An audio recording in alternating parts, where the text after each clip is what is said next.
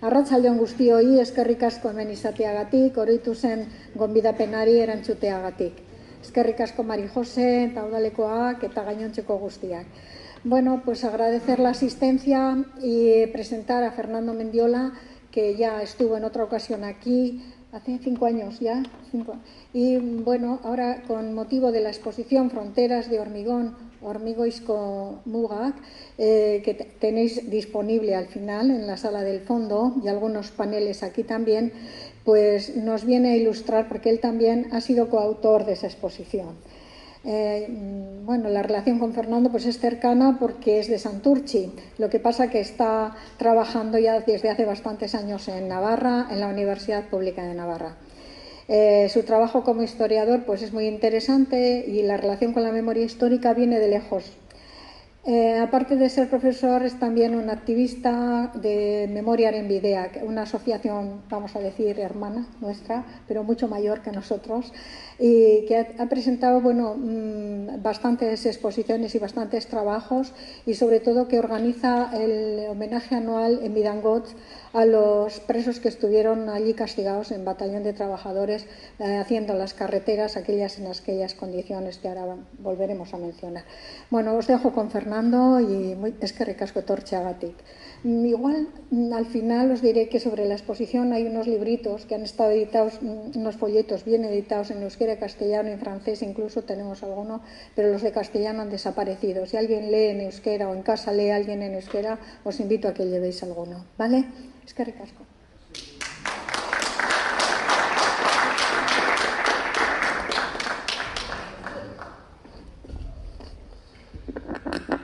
Bueno, pues arratsaldeon eta mila esker Ester eta mila esker oroituz gonbidapen honegatik eta berriro hemen zuen artean egoteko aukera emateagatik eta baita ere erakusketa interesgarri hau ere Portugaletera etortzeagatik. Pozgarria da hemen egotea eta Esterrek esan bezala hurbiletik nator oraintxe, baina Iruñan bizi naiz aspaldi. Eta gainera ongi ezagutzen ditut orain aipatuko ditudan karretera honetako hainbat protagonisten zenitartekoak, ezta? Os decía que muchas gracias Esther, muchas gracias Oroitus, muchas gracias Portugalete, el Ayuntamiento de Portugalete también que colabora y os decía también que muchas gracias por esta invitación, por poder volver a Portugalete. Como ha dicho Esther, ya estuvimos con una exposición un poco parecida, aunque también diferente, de la Asociación Memoria Arenbideak hace 5 años, en un acto además muy interesante que estuvimos por la tarde aquí, pero también por la mañana vinieron bastantes alumnos y alumnas del Instituto de Portugalete y eso también siempre hace ilusión, ¿no? Poder transmitir a la gente más joven los resultados de nuestra investigación y os decía también que a mí también me hace especial ilusión venir aquí porque aunque vengo de la Universidad Pública de Navarra, de una asociación de memoria histórica de Navarra, acabo de venir de comer en Santurtzi, de donde es mi familia y a donde hoy también iré, ¿vale? Y además también, conozco de cerca a algunos de los protagonistas, familiares de algunos de los protagonistas de esta historia, ¿no? En el caso concreto de Portugalete, ya hablaremos posteriormente, no ha podido venir hoy, pero un activista de la memoria también desde hace mucho tiempo, Andrés Vitores, cuyo padre también estuvo en esta carretera y del que, también hablaremos también luego un poco de la experiencia de los portugalujos y también de las iniciativas en favor de la memoria histórica, de colectivos como Oroitus, pero también de familiares que estuvieron en esta zona y que han presentado hace poco una querella y también alguno de ellos también estáis aquí. Así que, vamos a dar un poco el comienzo a la conferencia, ¿vale? Una conferencia que, como veis, el título es un poco más largo, ¿no? Trabajos forzados y fortificación del Pirineo. Vamos a hablar del Pirineo, sobre todo del Pirineo vasco-navarro, de la zona del Pirineo que va desde la desembocadura del Bidasoa y, desde Jaizkibel incluso, ¿no? Podemos decir desde la bahía de Pasaia hasta el Valle del Roncal, ¿no? El sector occidental del Pirineo. Y vamos a hablar del Pirineo como un espacio concentracionario, ¿vale? Luego ya explicaremos un poco qué es lo que significa esto. En primer lugar, os voy a explicar de una manera un poco general bueno, qué entendemos por trabajo forzado y cómo vamos a hablar de trabajos forzados bajo el franquismo, de lo que también a veces, aunque es un término que historiográficamente pues tiene sus problemas, pero yo creo que como elemento de denuncia pues también está bien utilizarlo, ¿no? El tema de esclavos del franquismo, ya sabemos que no eran esclavos en el sentido clásico de la palabra, ¿no? De personas que son propiedad, ¿no? De alguien que puede comprarlos y venderlos, pero bueno, también se utiliza en el caso del nazismo, en el caso del estalinismo, ¿no? Gente pues, privada de libertad que es obligada a trabajar o para el Estado o para empresas, ¿no? Bueno, vamos a situar lo que es el trabajo forzado bajo el franquismo en lo que es la historia contemporánea de España, y también un poco os voy a explicar las dos grandes modalidades que hubo de trabajo forzado. Luego pasaremos a hablar de la fortificación del Pirineo y cómo esa fortificación del Pirineo podemos decir que se enmarca y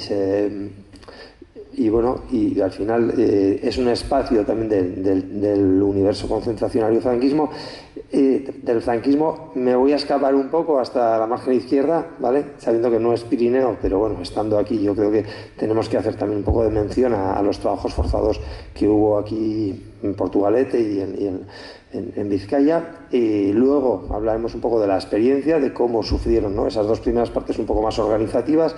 La tercera parte tiene que ver más con la experiencia de los prisioneros, y la cuarta parte tiene que ver pues con las iniciativas de memoria, ¿no? Que han sido fundamentales pues para llegar para que estemos aquí y para que vayamos conociendo cada vez más de esta historia, ¿no?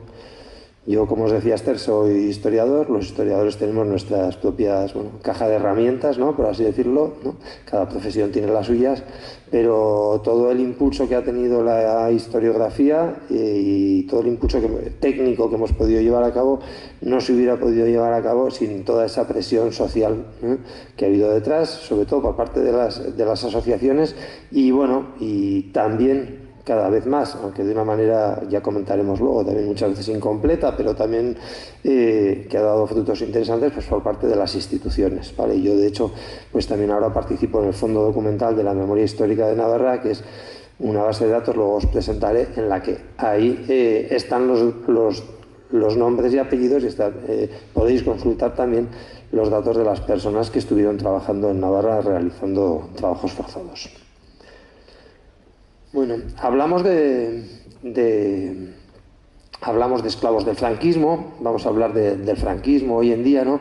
Pero tenemos que tener en cuenta que la utilización laboral, la explotación, tendríamos que decir, y tenemos que decir, la explotación laboral de la población reclusa no nace con el franquismo ni termina con el franquismo, ¿vale?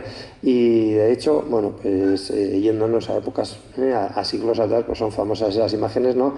La de condenar a alguien a galeras, a los presidios africanos, ¿no?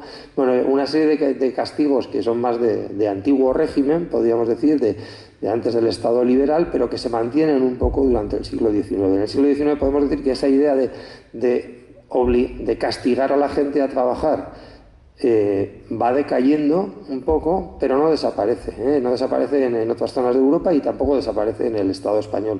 De hecho, aquí tenéis las obras del canal de Isabel II en la Sierra de Madrid, embalse, pantano, del que hoy en día se sigue abasteciendo Madrid de agua, y que fueron realizadas por presos comunes, sociales, a mediados del siglo XIX, y bueno, miles de presos también en unas condiciones pues muy duras y con unas tasas de mortalidad también muy altas, ¿no?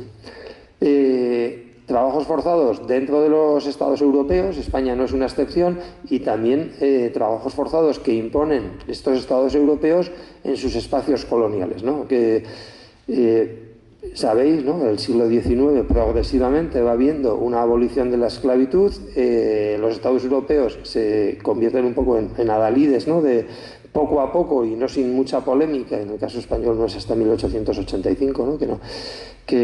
84, perdón, que se 86, que se abole la esclavitud en Cuba y en Puerto Rico.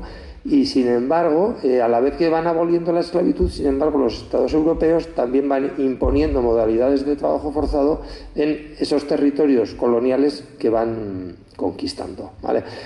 No es esclavitud, pero sí que es una obligación de trabajar que se pone a las comunidades indígenas, ¿no? Y aquí tenéis, bueno, una fotografía en el caso alemán, en Namibia, construcción de un ferrocarril, y en el caso de Guinea, de la Guinea Ecuatorial, de la Guinea Española, la apertura de una carretera en la selva, ¿vale? Con trabajos forzados que luego también se mantuvieron después de la guerra.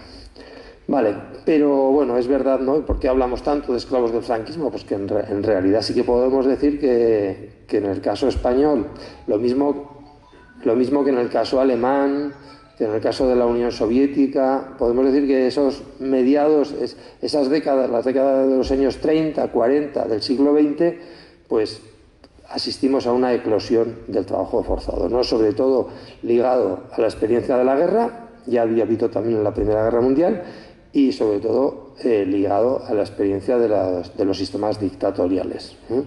Tanto los sistemas dictatoriales fascistas como también los estalinistas, ¿no? El caso extremo, como sabéis, es el caso de la Alemania nazi, pero ahí es donde tenemos que enmarcar también el caso del franquismo. Y podemos decir, y de hecho es así, ¿no?, que el régimen franquista es el que pone en marcha la gran maquinaria de trabajo forzado de la España contemporánea, ¿no? Claramente, ¿no? Hasta entonces los presos y presas trabajaban muy poco o no trabajaban. Hoy en día también trabajan algo y tampoco con muchos derechos, pero bueno, donde se da esa gran eclosión en número y también en lo que es la dureza de las condiciones de trabajo es durante el desarrollo de la guerra y sobre todo de los primeros años de la dictadura. Tenemos que entender el nacimiento del trabajo forzado dentro de un régimen que, como ya sabéis, ¿no?, y sobre todo sabéis quienes estáis aquí, pues un régimen que hizo de la represión su base, ¿no? Es verdad que no fue la única base que tuvo, la única herramienta que tuvo el franquismo, es verdad que tuvo más, también tuvo otro tipo de herramientas, pues más ideológicas o más de educacionales, también adoctrinadoras, ¿no? Pero bueno, la represión pura y dura fue claramente la base en la que se asienta, y la violencia física y el terror es la base en la que se asienta la dictadura, y en la que se asienta ya el propio golpe de Estado de 1936, que en realidad hablamos de guerra civil, pero en realidad de lo que tenemos que hablar es de un golpe de Estado fallido, ¿no?, que como resultado de la resistencia armada a ese golpe, pues se pone en marcha, se inicia una guerra que dura pues 3 años, ¿no? Y bueno, en ese sentido, cuando hablamos de que la violencia es claramente la base en la que se sostiene el franquismo, esa violencia inicialmente es una violencia de terror caliente, ¿vale? Es una violencia que se realiza al margen de herramientas jurídicas y al margen de procesos, ¿eh? Es una... No sé, ¿se oye igual? Sí, vale. Es una violencia que se realiza sobre todo a partir de ejecuciones en las que no hay previamente una sentencia, ¿no? Eso es lo que pasa en el verano del 36, y esa es una violencia que podemos decir que es una violencia de golpe de Estado. Todo el terror y bueno, Navarra, La Rioja, también la zona Las Vegas del Guadiana y del Guadalquivir son ejemplos claros, ¿no? Se eliminan a miles de personas no para ganar la guerra, sino simplemente para quitar del medio a gente opositora del nuevo régimen, ¿vale? Esas son las instrucciones de Mola antes del golpe: crear el terror, eliminar a todo tipo de adversarios, no para ganar una guerra, sino para asentar un nuevo régimen dictatorial. Pero bueno, ese régimen dictatorial que se quiere imponer desde el verano de 1936, en realidad, bueno, podemos decir que fracasa ese intento en cierta medida por la resistencia que hay, ¿no? Y vamos a pasar poco a poco, y las autoridades franquistas, y también va a pasar algo bueno, diferente, pero que tiene alguna similitud también en la retaguardia republicana. Bueno, pues tanto un régimen como el otro se van a adaptar a la realidad de la guerra, ¿vale? Y ese adaptarse a la realidad de la guerra va a llevar a las autoridades franquistas a ir cambiando un poco sus mecanismos represivos. Para nada eliminarlos, pero sí ir cambiándolos un poco y sobre todo ir burocratizándolos, ¿vale? Toda esa época de terror caliente del verano del 36, en el que se asesina a miles de personas sin ningún tipo de juicio, empieza a cambiar ya a finales del 36 y principios del 37, se empiezan a poner en marcha consejos de guerra, podéis decir, y es así, sin ningún tipo de garantía, ¿vale? Pero ya empezamos a tener juicios, que no había habido antes, ¿no? En Navarra la mayor parte de las personas asesinadas no tienen ningún tipo de juicio, ¿no? Bueno, y en ese sentido también, en esa burocratización de la represión, también, que es ya una represión más de guerra, esa nueva represión también va a tener un nuevo reto y va a ser el qué hacer, ¿no? El enfrentarse a un volumen de prisioneros cada vez mayor, ¿no? Prisioneros de guerra, a los que... ¿Cuál había sido la política inicial de los golpistas con esos prisioneros? Pues muchas veces directamente ejecutarlos, ¿no? El ejemplo más paradigmático que ya lo conocéis es el de la Plaza de Toros de Badajoz, ¿no? Miles de prisioneros, se les mete dentro de la Plaza de Toros, se ponen unas ametralladoras y se empieza a disparar a la gente, ¿no? Miles de muertos, asesinados. Bueno, conforme la guerra va avanzando, conforme aumenta el número de prisioneros de guerra, bueno, pues eso va a ir cambiando un poco, ¿no? Y eso nos va a llevar a que ya en la primavera del 37 las autoridades franquistas van a pensar en sacar un provecho a los prisioneros, y para ello lo primero que van a tener que hacer va a ser clasificarlos, ¿vale? Se van a poner en marcha una serie de mecanismos en la primavera del 37 para clasificar a los prisioneros, sobre todo dividirlos en 3 grandes grupos, y para clasificarlos se va a crear la Inspección Central de Campos de Concentración, y también en mayo del 37 se va a promulgar el decreto, fijaros lo que dice textualmente, ¿no? Decreto de concesión del derecho al trabajo a prisioneros y presos. Bueno, este decreto tiene 2 cuestiones, estamos hablando del 37, pero ya es muy, muy interesante, ¿no? Por un lado dice concesión del derecho al trabajo, pero eso es el título, ¿vale? Luego lo que dice en la letra pequeña es que es un derecho, pero que es un derecho al que no se puede renunciar, ¿no? O sea, que es obligación de trabajar, ¿no? Y por otro lado, ya fijaros lo que está diciendo, ¿no? Presos y prisioneros, ¿no? Y bueno, esto tiene que ver también con el sistema de clasificación del que os estaba diciendo, ¿no? De hecho, a partir del 37 surgen 2 grandes tipos de modalidad de trabajo forzado. El trabajo forzado concentracionario y el trabajo forzado, penitenciario. El concentracionario tiene más que ver con la realidad de la guerra, ahora vamos a ver cifras, es más importante cuantitativamente, pero luego también va a desaparecer antes, ¿no? En el 48. El sistema de redención de penas por el trabajo va a nacer también durante la guerra tiene poca incidencia cuantitativa, pero sin embargo se va a alargar en el tiempo, y el sistema de redención de penas, con cambios y desde luego con una modalidad mucho menos coercitiva de lo que habían sido en los años de guerra y posguerra, pero se mantiene hasta el año 95, ¿vale? Hasta el cambio de código penal, como veis. O sea que aquí tenemos 2 grandes líneas, ¿no? La línea concentracionaria y la línea penitenciaria. Algunos libros de referencia, que yo creo que está bien que algunos seguramente los conocéis, ¿no? En el caso del sistema concentracionario,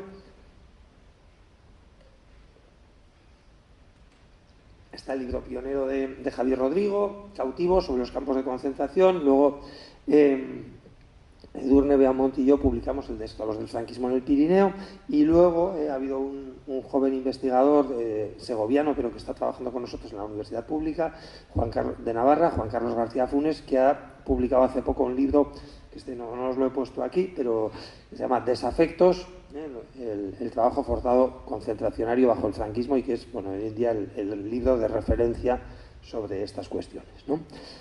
Y luego tenemos el sistema penitenciario, ¿no? Que es el sistema de redención de penas.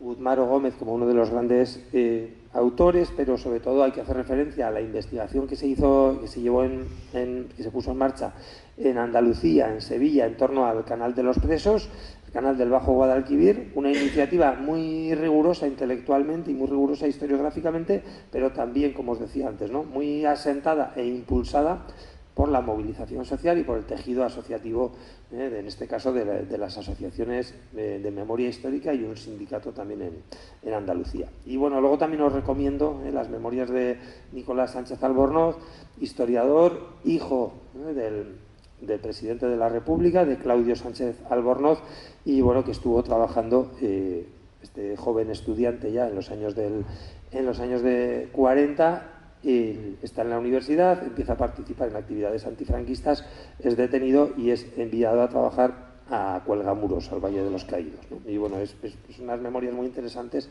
las de Nicolás, porque él habla como protagonista, pero también como historiador, ¿no? Y bueno, pues precisamente él ya tenía cierta formación, sabía algo de contabilidad, entonces él estuvo en las oficinas, que ahí también solía haber también prisioneros de guerra, y bueno, él precisamente cuenta, ¿no?, en sus memorias, dice, bueno, yo hacía los partes de alimentación de los partes, la documentación oficial sobre la alimentación de los presos.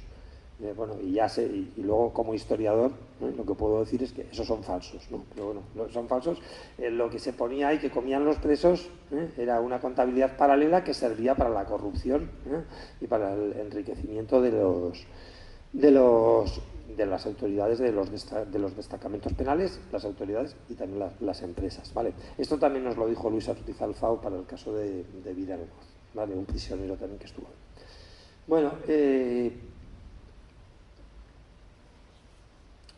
¿cuáles son los objetivos? Siguiendo ya un poco, bueno, voy a pasar a esta diapositiva. Estos dos sistemas, simplemente para que veáis, ¿no? Como os decía antes, el sistema concentracionario es el más importante durante guerra y posguerra inmediata, son las barras azules, ¿no? Llegan en los años, entre los años 38, 39 y 40, están por encima de los 80.000 prisioneros trabajando, casi los 100.000, ¿no? Luego ya veis que bajan el 41-42 y luego ya a partir del 43, también con la disolución de los batallones disciplinarios, también pues ya se quedan en unos niveles muy bajos de unos 3.000 prisioneros, y ya a partir del 45, unos pocos 48, definitivamente desaparece. El sistema penitenciario, sin embargo, empieza mucho más lento, como veis, durante los años, el año 38, aunque nace en ese año prácticamente insignificante, va creciendo poco a poco y llega a sus máximos topes en los años 42 y 43, ¿vale? 27.000, 26.000 presos y también presas, en este caso, trabajando. Y a partir de ese momento empieza a disminuir poco a poco. Y bueno, como os digo, el sistema de redención de penas se ha mantenido hasta el año 96, ¿no? Bueno, ¿quiénes son los que van a... Hoy vamos a hablar del sistema concentracionario. ¿Quiénes son los que van a este sistema concentracionario? Pues son prisioneros de guerra clasificados, ¿no? Clasificados en el frente, se les manda a los campos de concentración. En los campos de concentración se les clasifica en función de la información que llega sobre su actividad política. Fundamentalmente podemos decir que hay tres grandes grupos, ¿no? Es un poco más complejo, ¿no? Y cambia un poco en el tiempo, ¿no? Por un lado están aquellos de los que se tiene constancia de que información o chivatazos, ¿no?, de delaciones de que tenían cierta responsabilidad en partidos políticos, sindicatos, ejército republicano, ¿no? Republicano o antifascista, ¿no?, en el sentido más amplio, ¿no? Desde gente de centro o derecha, ¿no?, que podía ser pues, por ejemplo, del PNV, gente de centro, pero democrática, ¿no?, algunos partidos republicanos de centro-izquierda, hasta asociaciones ya claramente de extrema izquierda, revolucionarias, como el Partido Comunista o la CNT, ¿vale? Una gran pluralidad ideológica, ¿no? O gente que también tenía responsabilidades en el ejército republicano. Por otro lado, ¿y a estos qué se les va a hacer? Sistema penitenciario, consejo de guerra, normalmente consejo de guerra sumarísimo, muchos de ellos luego son fusilados, otros son condenados a cárcel, ¿vale? Estos salen del ámbito concentracionario y pasan al ámbito penitenciario, ¿no?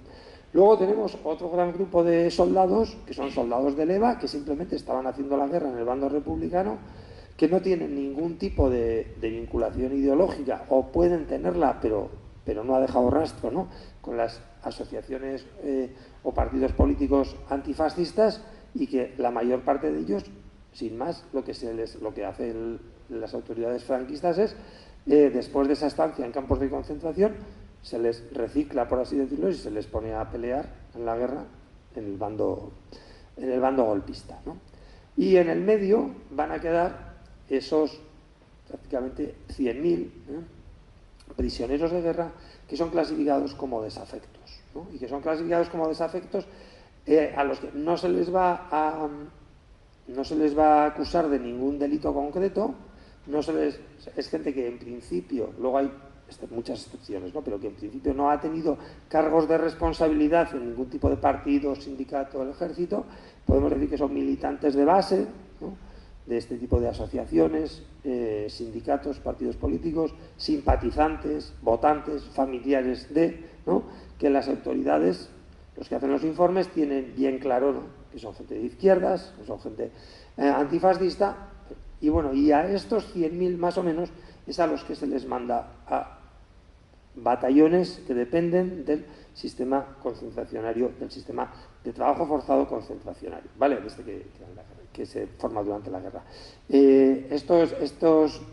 Este sistema o los batallones que formaban parte de este sistema van cambiando de nombre, pero fundamentalmente hay dos nombres, ¿vale? Durante la guerra, desde el 37 hasta el 40, se llamaron batallones de trabajadores, y luego, posteriormente, desde el 40 hasta finales del 42, batallones disciplinarios de soldados trabajadores, y unos pocos especiales que duran hasta el 45 para presos que salían en libertad condicional, batallones disciplinarios de soldados trabajadores penados, ¿vale?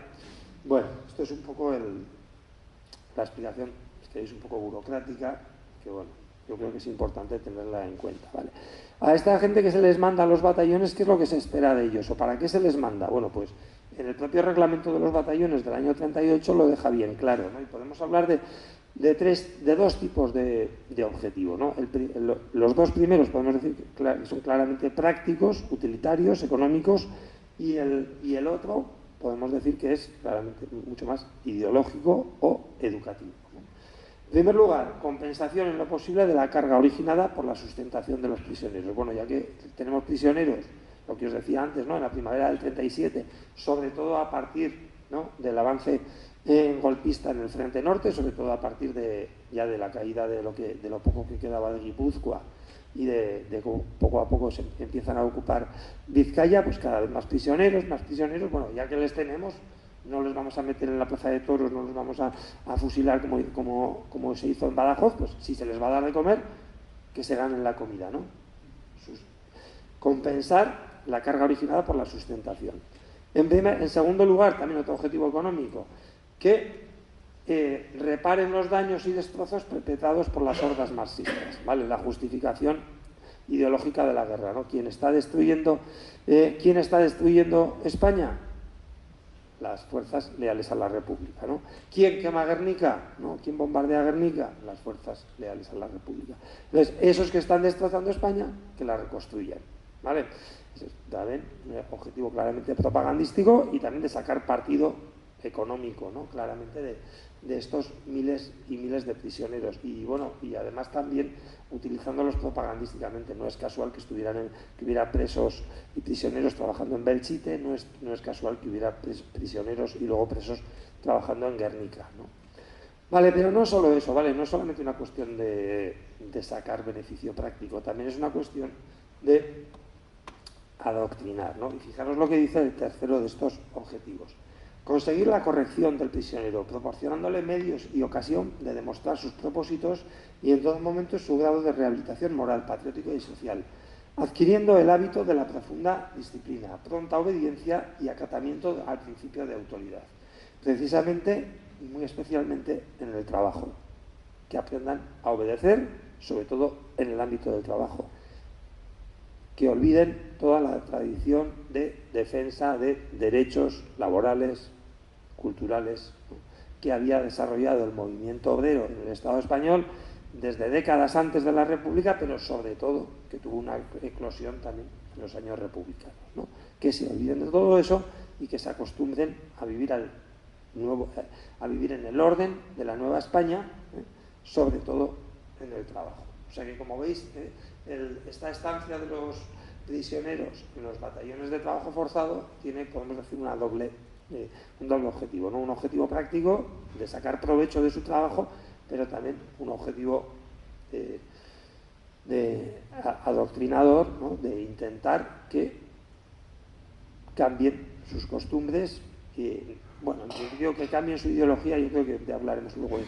Tampoco no iban a cambiar su ideología, pero igual sí que se iban a resignar o iban a ver claro cuáles eran los costes de la resistencia, ¿no?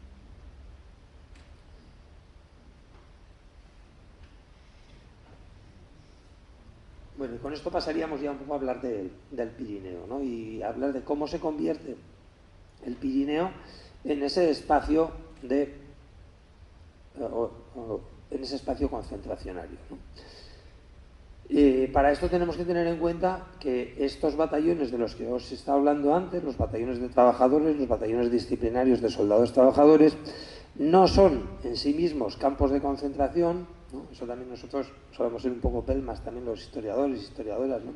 Cuando hablamos de Vidango, de Roncal, eso no era un campo de concentración, es verdad, no era un campo de concentración. Pero sí que eran espacios concentracionarios, porque dependían claramente de la inspección de campos de concentración o de lo que luego se llama, después de la guerra, la jefatura de campos de concentración y batallones disciplinarios. Aquí podéis ver un poco este gráfico que se hace en el año 42, donde se dice dónde está la plana mayor de los diferentes batallones, y como veis en la parte de arriba, ¿no?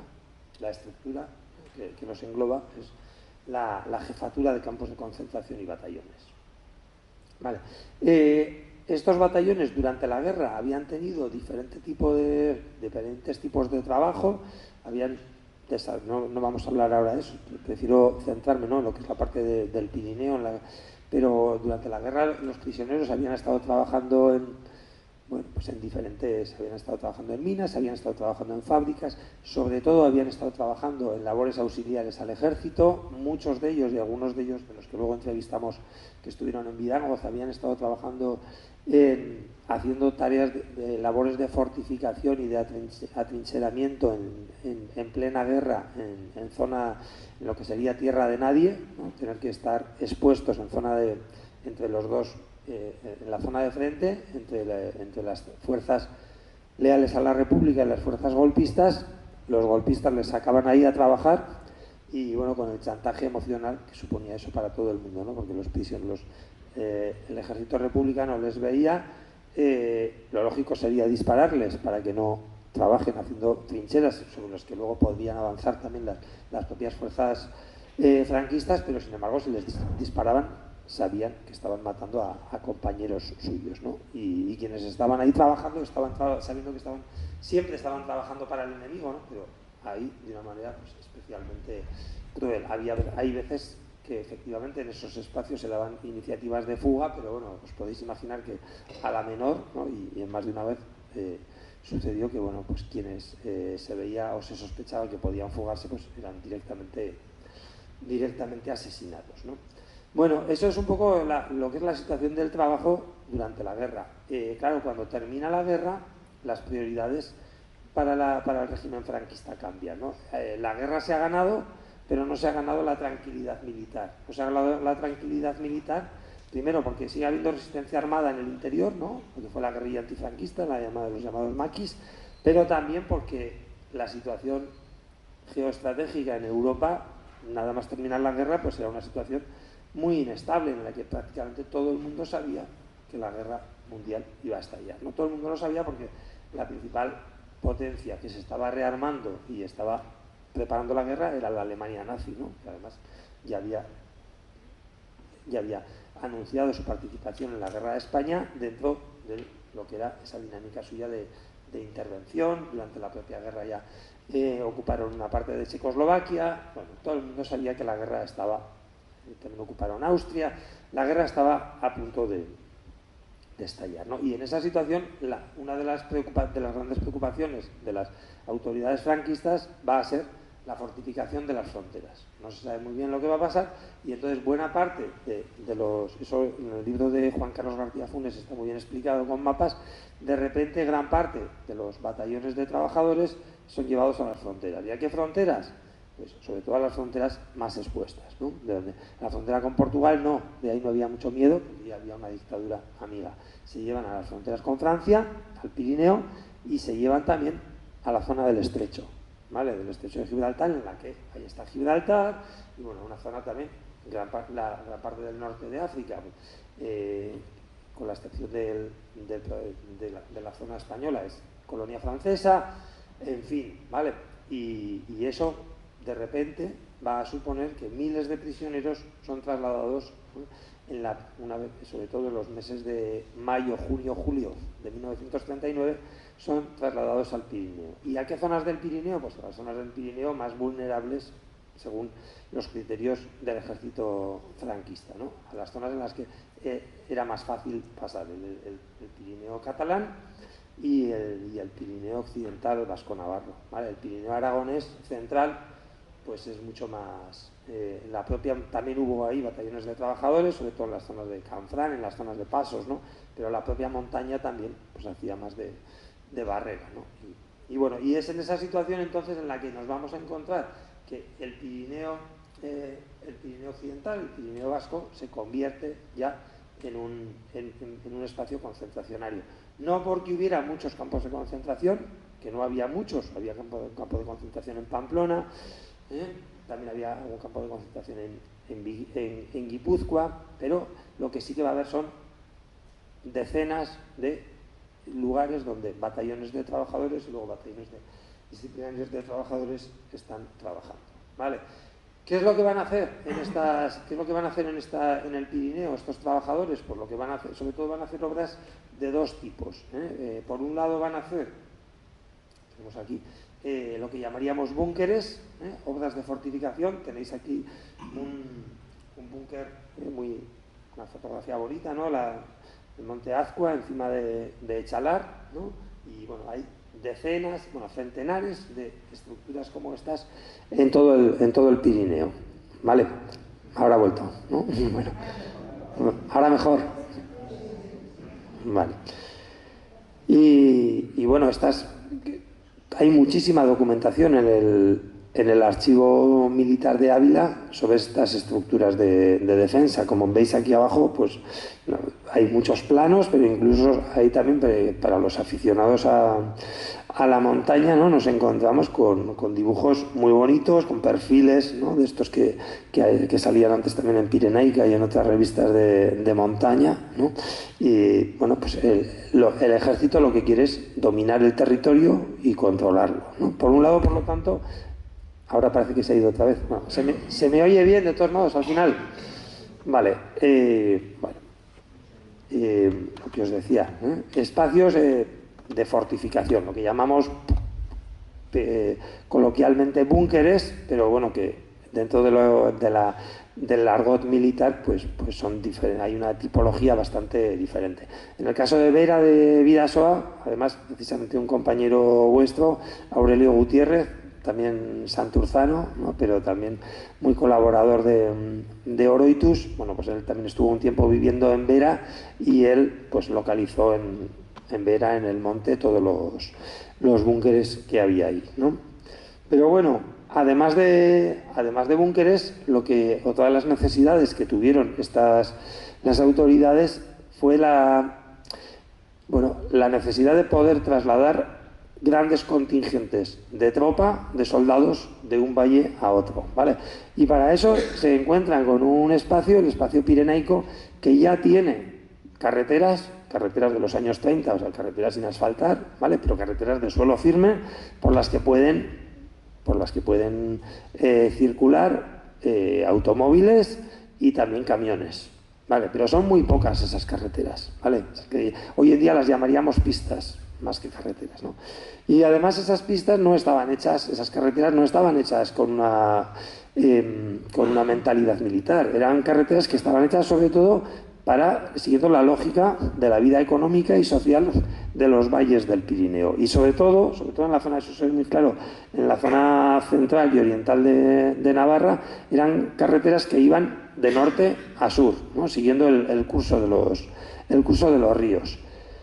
Claro, pero lo que necesitaba el ejército no era carreteras que fueran de norte a sur. Lo que necesitaba el ejército eran carreteras que fueran de este a oeste para poder llevar tropas de un valle a otro, ¿no? Y entonces es para eso que se empiezan a hacer nuevas carreteras, ¿no? O carreteras a zonas de montaña a la que en principio no hacía falta, nadie iba ahí, ¿no? Por ejemplo, la zona de Jaizkibel. Vale. Y bueno, pues como consecuencia de eso se empiezan a abrir también con mano de obra forzada diferentes carreteras. En el del Pirineo Navarro, 4 carreteras. La primera de ellas que une los valles de Roncal y Salazar, entre la localidad de Roncal, Vidangoz y Gal, esta que tenéis aquí. Luego la carretera que une las localidades de Iragui y de Egozcue, entre los valles de Esteríbar y Anue, también de nuevo la misma lógica, ¿no? Pasar de un valle a otro. Otra carretera que también esta es de norte a sur, pero en realidad no es una carretera también paralela a la frontera, podríamos decir, que es la que va desde Irurita, en el Valle del Baztán, hasta el puerto de Artesiaga, que tenéis aquí en la fotografía, para comunicar con Eugui, con el valle de Esteríbar y de Erro. Por la zona de Eugui ya había una pista para subir hasta el collado de Artesiaga, pero sin embargo desde el Valle del Baztán lo que había era un camino tradicional de herradura, ¿vale? Y un buen camino, pero lo que se hace es abrir una carretera, ¿no? Y luego nos encontramos con las carreteras del extremo occidental, lo que antes os decía. La carretera más larga de toda esta zona es la carretera que une Lesaca con Oiartzun, ¿vale? Lesaca con Oiartzun, subiendo hasta Peñas de Aya, abriendo un túnel que seguramente quienes hayáis pasado por ahí lo conocéis, el túnel de Arichulegui. Claro, esta nos podéis decir un poco, bueno, pues no hacía falta eso, para ir de la zona de Lesaca a la costa guipuzcoana no hacía falta subir hasta ahí a Peñas de Aya. Vale, no hacía falta, pero la carretera que va por el Bidasoa, que era una buena carretera entonces, estaba también muy expuesta a lo que podía ser fuego desde el otro lado de la frontera. Vale, entonces, bueno, les parece que es una carretera poco segura y lo que hacen es poder tener una carretera para poder llevar tropa al sur de Peñas de Aya, ¿vale? También hacen aquí otra carretera que va hasta Arcale y por último una carretera muy bonita también, y en la que igual también conocéis, la que sube desde Lezo hasta Jaizkibel, ¿no? Por encima de toda la costa, y bueno, que era una carretera que no estaba hecha, pero que se hizo también pues para defender la costa, ¿vale? O sea, para esto, esta idea de fortificar las fronteras es para la que se llevan a miles de prisioneros. En el caso navarro hubo unos 13.000, 14.000 prisioneros trabajando, ¿vale? La mitad de ellos más o menos haciendo fortificaciones, la mitad de ellos más o menos haciendo carreteras y también unos cuantos de ellos pues haciendo las dos cosas, ¿vale? Aquí tenéis 7.000 y pico en fortificaciones, 8.000, casi 9.000 en carreteras, pero bueno, esto daría una cifra de unos 16.000, pero siempre solemos decir que es algo menos porque algunos estuvieron en las dos, ¿vale?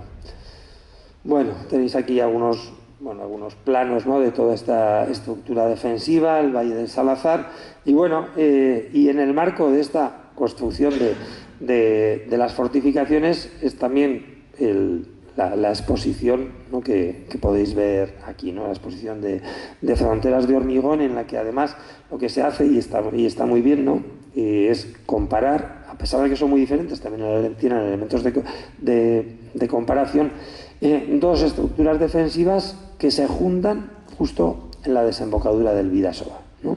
Y si conocéis la zona, o sea, tenemos búnkeres en la zona del Bidasoa, tenemos búnkeres también en Jaizkibel, en la zona sur de la frontera, y en la misma playa de Hendaya empiezan los búnkeres que construyen los nazis para lo que se llamó el muro atlántico, ¿no? Desde ahí, desde el Bidasoa hasta el norte de Noruega, ¿no? Y de hecho, esas autoridades a veces también se juntaron. Aquí tenemos una fotografía en el collado de Ibañeta, Navarra, en el que tenemos pues, la visita de los insignes oficiales de la Armada nazi, ¿no? De la Wehrmacht. Bueno, miles, ¿no? Os he dicho, miles de prisioneros, dependiendo de muchas procedencias, ¿vale? Gran parte de ellos vizcaínos, pero bueno, también andaluces, asturianos, catalanes, bueno, de todo, ¿no? Y también portugalujos, ¿vale? Aquí tenemos localizados 7 prisioneros portugalujos, puede que hubiera más, ¿vale? Pero estos son los que tenemos localizados.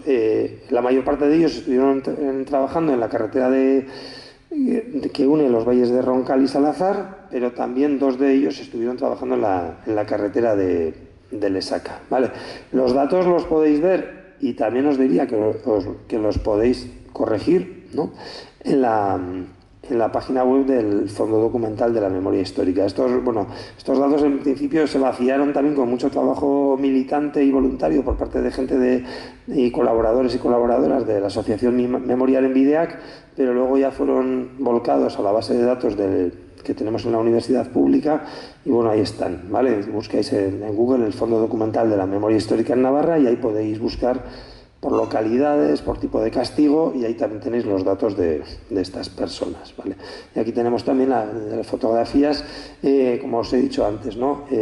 Andrés Vitores, un activista, ¿no?, de la memoria histórica, incansable desde hace muchos años, y él también ha estado también muchas veces colaborando activamente en el homenaje y participando y hablando en el homenaje que se hace en el Alto de Vidangoz, y él también nos ha dado algunas fotografías de su padre y de algunos compañeros suyos cuando estuvo ahí en el batallón disciplinario de soldados trabajadores 38, y aquí tenemos también algunas, en esta parte de aquí, las visitas de algunas de las familiares de estos prisioneros y de Andrés, ¿no?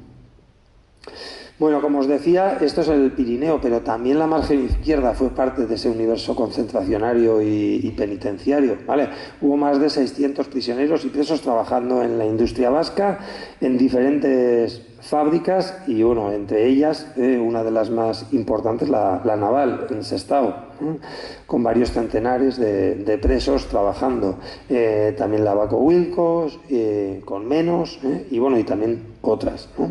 Quiero decir que también esta margen izquierda y también las empresas, la gran burguesía vasca, que además se había posicionado mayoritariamente, no unánimemente, pero mayoritariamente boicoteando el esfuerzo de guerra de la República. Cuando cae Vizcaya, de repente las fábricas empiezan a fabricar, empiezan a ponerse a tope para fabricar material de guerra para el ejército franquista, pero con un problema también: hacía falta mano de obra, ¿no? Y bueno, ese problema de la mano de obra se soluciona en parte también con mano de obra cautiva, ¿vale? También en las minas, toda la zona de la Arboleda se pone a tope a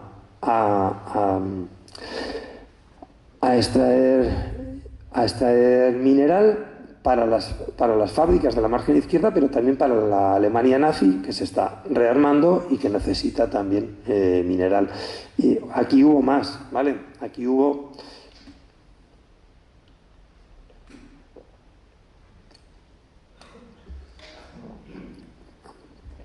ya más de 1000 prisioneros trabajando en las minas de la Arboleda, de Gallarta, Ortuella, etcétera, ¿vale? 1000 en el año 38 y bueno, en el año 37 bastante menos, en el 39 un poco menos. Bueno, los datos, si luego queréis, ya os puedo decir dónde están, ¿no? Y también en construcción civil, ¿vale? Construcción civil, antes os he hablado de Guernica, claramente, pero bueno, no fue solamente Guernica, fue Durango, fue Amorebieta, bueno, bastantes localidades vizcaínas, Bilbao también tuvieron presos y prisioneros trabajando y entre estas localidades también Portugalete, ¿vale? Bastantes pocos, pero hay una fotografía que seguramente ya la conocéis, ¿no? Que está en el libro de Portugalete en guerra, en el que hay algunos prisioneros trabajando en la zona del hotel. Bueno, con esto pasaríamos, vale, hemos hablado un poco de cómo se organiza esto, de dónde se realizan los trabajos. Bueno, ¿cuál es la experiencia? Bueno, para la experiencia también os digo que hay un documental que se puede ver online, que es también se titula Desafectos, esclavos de Franco en el Pirineo, que lo hicimos desde la Asociación Memorial en Bideac, en colaboración con un colectivo que existía hace unos años en Navarra, Eguski Bideoak, y que lo tenéis online, ¿vale? Entonces ahí, bueno, quiero decir que lo que es un poco la experiencia, la parte más vivencial, ahí también la podéis ver. Pero bueno, en la página de Memorial en Bideac también hay algunos testimonios. Pero bueno, yo creo que resumiendo un poco, ¿no? Lo que podríamos decir es que, bueno, resumiendo un poco, casi diría que uno de los, precisamente Manuel Soriano y Antonio Viedma, dos prisioneros del altiplano de Granada, que estuvieron en Igal. Antonio nos decía que bueno, todo eso se puede resumir en poco pan y muchos palos, ¿vale? En realidad podríamos decir que es eso. Unas condiciones físicas, unas condiciones de alimentación, de vestido, de habitabilidad durísimas, sanitarias, y por otro lado una disciplina también durísima, ¿vale? Eso es un poco el día a día en estas carreteras del Pirineo. Os leo aquí el testimonio de otro prisionero granadino, de Manuel Soriano, ¿no? Y en el trabajo, pues vigilado, con una escolta por detrás. Escoltas eran los soldados de escolta, soldados que eran soldados de reemplazo, pero que estaban ahí vigilando a los prisioneros. Con sus fusiles. Para ir a orinar o a otras necesidades tenías que pedir permiso y no mentir, porque te iban persiguiendo. Y en caso de perseguirte pasa como a mí me pasó una vez, que me echaron 8 días al pelotón de castigo, con un saco de arena a la espalda trabajando y volviendo hasta cumplir aquello. Este era uno de los castigos extras más temidos, ¿vale? Bueno, más temido todavía era el fusilamiento, ¿no? Que a veces también había. Pero bueno, el estar durante una semana o dos, el tiempo que fuera, trabajando y durmiendo también con un saco de arena o de piedras atado a la espalda y en plan mochila con hilos de alambre, ¿vale? De manera que al final, pues eso se iba clavando en la piel, a veces se infectaba, heridas, bueno, una verdadera tortura, ¿vale? Y muchas cosas malas que no nos merecíamos, pero como eran así, así era, y teníamos que aguantar. Y si hablabas, peor, no podías decir nada. Y si te pegaban, pues agachar la cabeza e irte. Ya está, no hay otra, ¿vale? Por un lado, como os decía, pues esa resignación ante unas condiciones muy duras, ¿no? Pero, bueno, resignación, vamos a seguir un poco con esto, pero al mismo tiempo también dignidad, ¿no? Un poco mantener la dignidad. Os voy a leer ahora también dos testimonios que son un poco, yo creo que son complementarios, ¿no? Aquí son dos prisioneros los que nos lo dicen.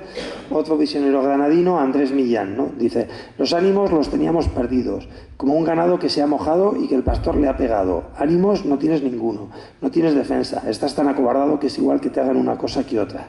Esperanza ninguna, si no había libertad, ni quien te ayudara, ni te diera un ánimo. Es como el que está en el callejón de la muerte, que está esperando que le llegue, ¿no?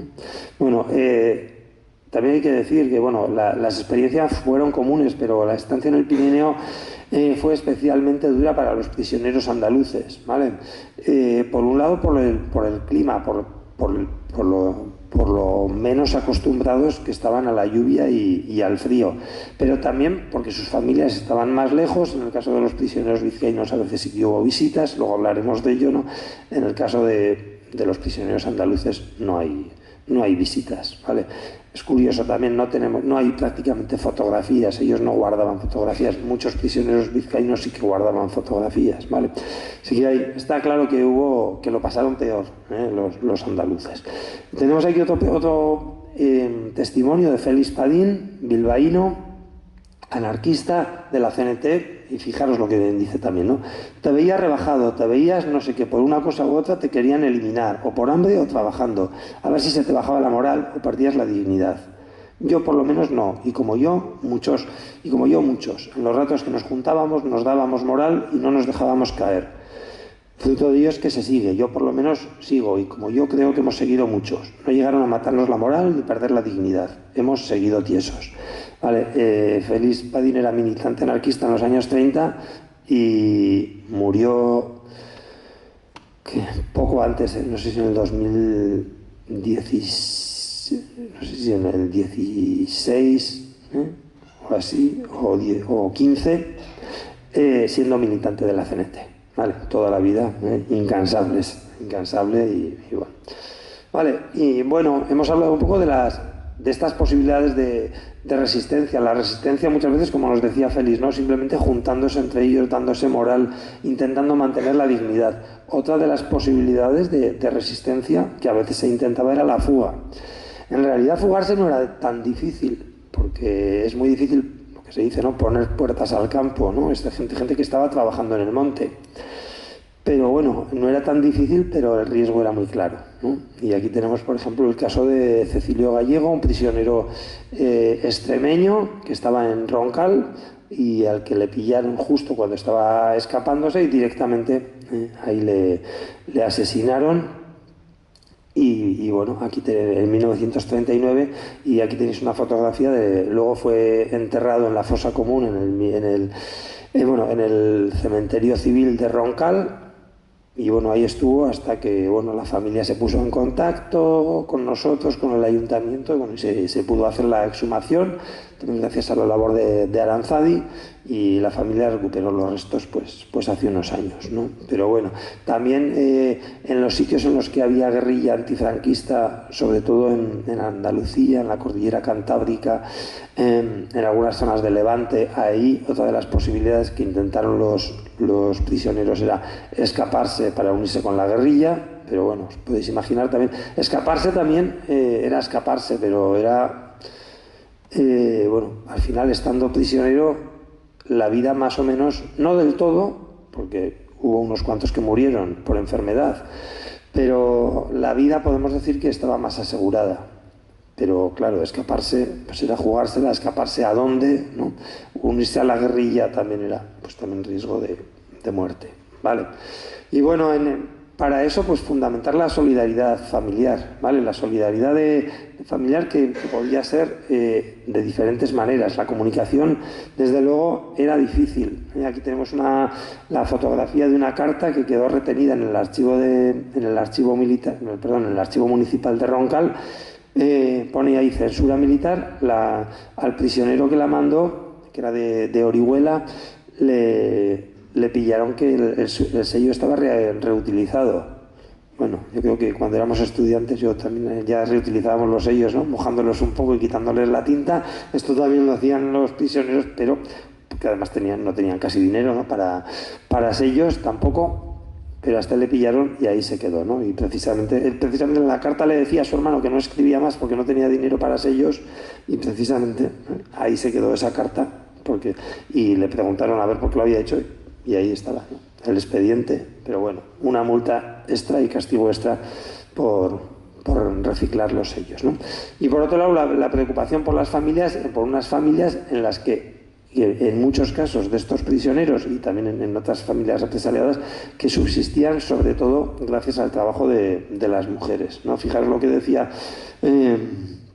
Joaquín Laín, un prisionero valenciano que estaban trabajando en Lesaca. La familia, imagínate, mi padre rojo, bueno, rojos todos, mi padre en paro, mi hermano mayor Jesús en la cárcel, por oficial y voluntario, yo en batallón de trabajadores, mi madre era una mujer muy habilidosa que sostuvo a la familia, haciendo camisas, cosiendo camisas, haciendo jerseys, etcétera, ¿no? Al final las mujeres un poco ahí como sostén de las economías familiares y también como protagonistas de las visitas. Aquí tenemos una fotografía que guardó un prisionero bilbaíno, Pedro Andrés, con el que también estuvimos hace unos años, ¿no? Y aquí está su madre y la madre de otro prisionero en la zona de Peñas de Haya también, ¿no? Eran las protagonistas de las visitas, eran las que podían llevar pues algo de comida y también, sobre todo, algo de cariño, ¿no?, a los prisioneros. Y bueno, con esto pasaríamos ya, no sé si me estoy enrollando, bueno, ya no falta mucho, ¿vale? Pasaríamos un poco ya a la última parte. Hemos visto, bueno, cómo se monta este sistema de explotación de la mano de obra, donde hemos visto un poco la realidad del Pirineo, hemos visto cómo lo vivieron estos prisioneros y sus familias, y bueno, y nos queda reflexionar un poco, ¿no?, sobre lo que es las políticas de memoria en el Estado español. Bueno, lo primero que hay que decir es que bueno, la memoria, y como ya sabéis, la memoria es un espacio, la memoria al final, mientras que la historia, los historiadores también discutimos entre nosotros y las historiadoras, pero bueno, ahí sí que hay una especie de normas, ¿no?, de normas del oficio, lo que os decía antes, ¿no? No se pueden o no se deben falsificar documentos, etc. La memoria, sin embargo, es lo que una sociedad decide, libremente o no, pero lo que una sociedad recuerda, lo que una sociedad nombra, lo que una sociedad oculta, lo que una sociedad silencia, ¿no? Por lo tanto, la memoria es claramente un espacio de confrontación, es una especie, depende sobre todo de cuestiones políticas, de voluntades políticas. ¿Qué es lo que queremos recordar? ¿Qué queremos homenajear? ¿A quién queremos homenajear? ¿De quién nos avergonzamos? Etcétera, ¿no? Y en los momentos de transición política y después también, no solamente, la memoria es claramente un espacio de debate, ¿no? Eso lo ha sido, por eso se habla también de justicia transicional, ¿no? En Alemania, los famosos juicios de Nuremberg, en Argentina, en todas las dictaduras, cuando terminan las dictaduras hay una especie de, bueno, ¿ahora qué se hace, no? Y se pueden hacer diferentes cosas, ¿no? En España, ¿qué se hizo? La ley de amnistía y borrón y cuenta nueva. No solamente, eso no significó solamente, la ley de amnistía no solamente significa, como dice el propio texto, porque ya quedaban muy pocos presos políticos y presas políticas en España en el año 77. Sobre todo, la ley de amnistía fue una ley de amnistía, porque decía, también quedan amnistiados todas aquellas personas que en el ejercicio de responsabilidades públicas, militares, policías, jueces, hubieran podido cometer delitos. Muy bien, ¿no? Delitos, crímenes contra la humanidad, que ya se habían juzgado, en el caso europeo se habían juzgado en el caso de Alemania, y en el 77 la propia ley de amnistía, a todos aquellos que pudieran haber cometido delitos, o sea, a todos aquellos que se encargaron de cometer violaciones de derechos humanos durante la dictadura y también durante los años de la transición, ¿no? Y en ese sentido, bueno, pues podemos decir que si lo comparamos con otras políticas de memoria de otras zonas, pues que siempre son conflictivas, ¿no? Podemos hablar, si queréis, luego en debate, pero, bueno, Alemania también tiene sus problemas y tuvo sus problemas, la memoria, Argentina también, pero el caso español es paradigmático de decir, bueno, aquí no solamente no se juzga a nadie, sino que no se investiga nada y además no se toca casi nada, Los símbolos franquistas, los símbolos de apología del franquismo siguen, ¿no? Aquí tenéis la fotografía del Valle de los Caídos, que sigue así, con la única diferencia de que ahora ya no están los cuerpos de Franco y de José Antonio Primo de Rivera, pero bueno, desde hace poco tiempo, ¿no?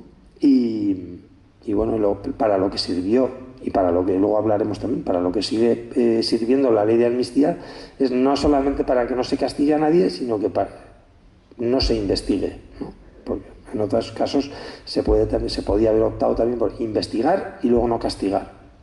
También mucha de la gente ya estaba muerta, ¿no? Pero no, tampoco se investiga, ¿no? Por lo tanto, podemos decir que claramente ha sido unas políticas de memoria claramente insuficientes, que no han atendido, y eso lo han dicho muchas veces los relatores de Naciones Unidas y también organizaciones especializadas en el trabajo de derechos humanos como Amnistía Internacional, ¿no? En España no se ha respetado ni el derecho a la justicia, con la ley de amnistía, ni el derecho a la verdad, ni el derecho a la reparación de las víctimas. Ahora, con algunas excepciones, ¿no?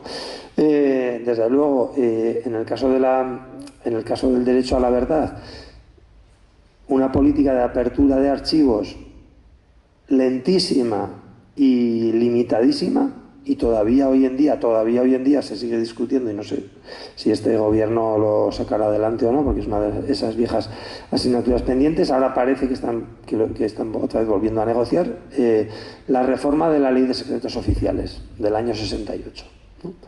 Y ahí seguimos con ella, ¿vale? Una ley de un régimen dictatorial, y todavía sigue siendo la ley que nos impide a los historiadores ver miles de documentos que están clasificados como secretos, ¿no? Y algunos de esos espacios, además, y algunos de esos documentos se han ido pudiendo ver, pero poco a poco. Es verdad que cada vez se puede ver más, pero bueno, todo ahí sacándolo con sacacorchos, y muchas veces con denuncias, con iniciativas de historiadores, muchas veces con trabajo de los archiveros y de las archiveras, que sabes que está la documentación y que no la pueden sacar, pero que dicen que está.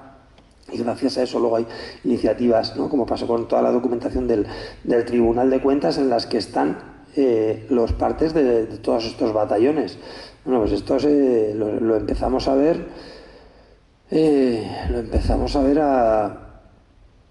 Creo que en torno al año, no me acuerdo ahora de memoria, no os lo he puesto, pero en torno al año 2008 así, porque los funcionarios del Tribunal de Cuentas hablaron con historiadores y abogados, y dijeron que esa documentación estaba ahí. Y hubo que pelear mucho para que se pudiera ver, y hoy en día ya se puede ver y está en el Centro Documental de la Memoria Histórica de Salamanca. Pero bueno, todo así, ¿no?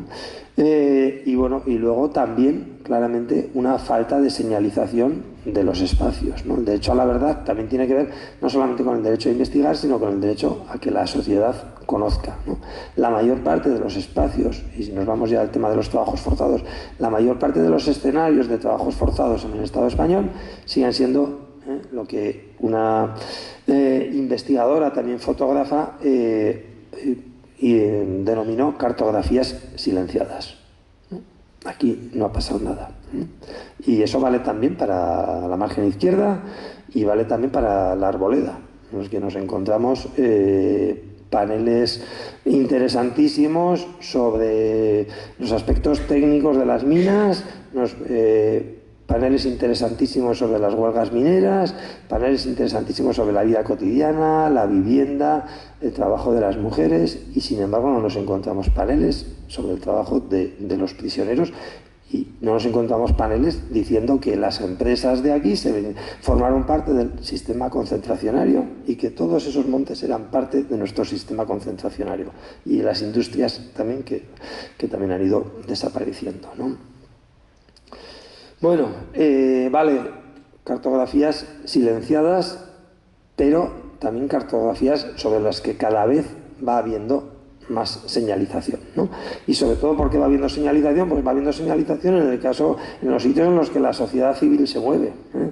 El caso del Canal de los Presos en Andalucía es clarísimo, ¿no? Aquí tenéis unos militantes de la Confederación General del Trabajo y también de la asociación, que es el sindicato que más movió el tema del Canal de los Presos, y también de la Asociación de Memoria Histórica y Justicia de Andalucía, que están en el canal del Bajo Guadalquivir, están poniendo encima con unas pegatinas, con la misma grafía, ¿no? Canal de los Presos. Todo el mundo en la zona la conocía como el Canal de los Presos, pero era oficialmente el Canal del Bajo Guadalquivir. Bueno, esto hace unos años ya, cuando estaba el PSOE gobernando en Andalucía, este canal se consideró y se marcó como uno de los lugares oficiales de memoria de Andalucía, ¿vale? Y de hecho todavía sigue siendo así, a pesar del cambio de gobierno. Todavía el Canal de los Presos es llamado así, Canal de los Presos, es un lugar de memoria de Andalucía.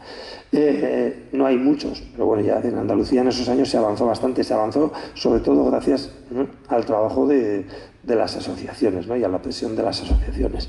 Y en el caso del Pirineo Navarro, pues podemos decir un poco parecido, ¿vale? Y además, en este caso, bueno, ahora vamos a hablar, yo creo que es un caso en el que hemos ido de la mano tanto el tejido asociativo, tanto historiadores y historiadoras, como también progresivamente cada vez más las instituciones, ¿no?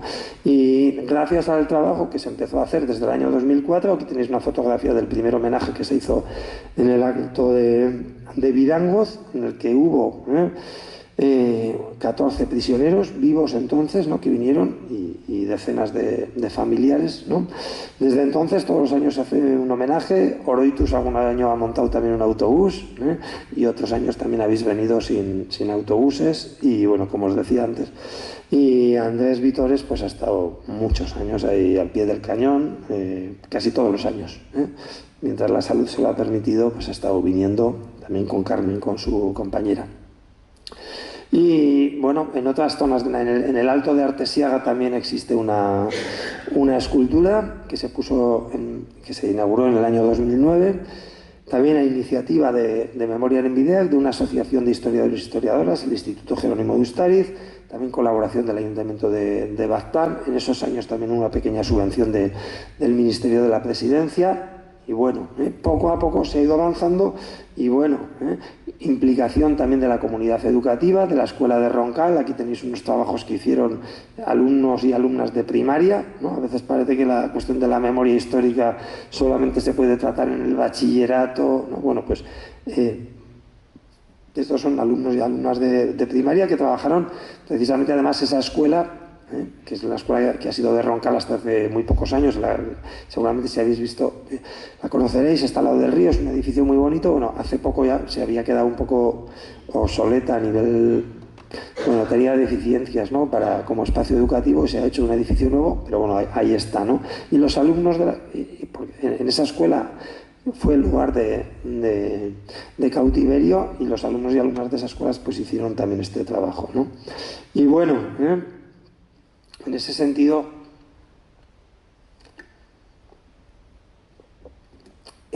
nosotros en Navarra sí que queremos remarcar también, y creemos que hay que ser críticos con las instituciones, porque las instituciones tienen una gran responsabilidad sobre esto. Ha habido una gran dejación, ¿no? Pero bueno, también podemos decir que en el caso de Navarra, desde el cambio de gobierno y hasta ahora, desde el año 2015, bueno, pues se ha avanzado muchísimo, y bueno, la exposición que tenéis aquí es también fruto de ello, ¿no?, de colaboración entre el tejido asociativo y el Instituto Navarro de la Memoria. Y hoy en día también esa carretera de Vidangoz, que empezó siendo un espacio de reivindicación y que sigue siendo también un espacio de reivindicación, pues hoy en día es un lugar oficial de la memoria de Navarra. Y uno de los barracones de prisioneros de Igal pues también se reconstruyó, y hoy en día también pues se hacen visitas guiadas en verano, ¿no? Otra de las cuestiones en las que tenemos más deficiencia, ¿no?, es todavía hoy en día en el tema de la justicia, ¿no? Todavía hoy en día la ley de amnistía impide no solamente castigar, porque ya es absurdo, ¿no?, el tema del castigo, a quién vas a castigar, ¿no?, de esos años, pero impide incluso catalogar el delito, y impide en muchos casos poder siguiendo investigando, ¿no? Y en este sentido todavía sigue ahí.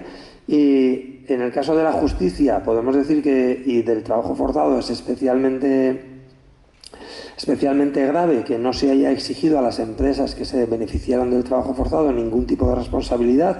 La Ley de Memoria Democrática del año 22 sí que marca una mejoría en este sentido, es decir, que habrá que establecer mecanismos sería deseable establecer mecanismos para que las empresas que se beneficiaron de este trabajo colaboren o pongan algo de dinero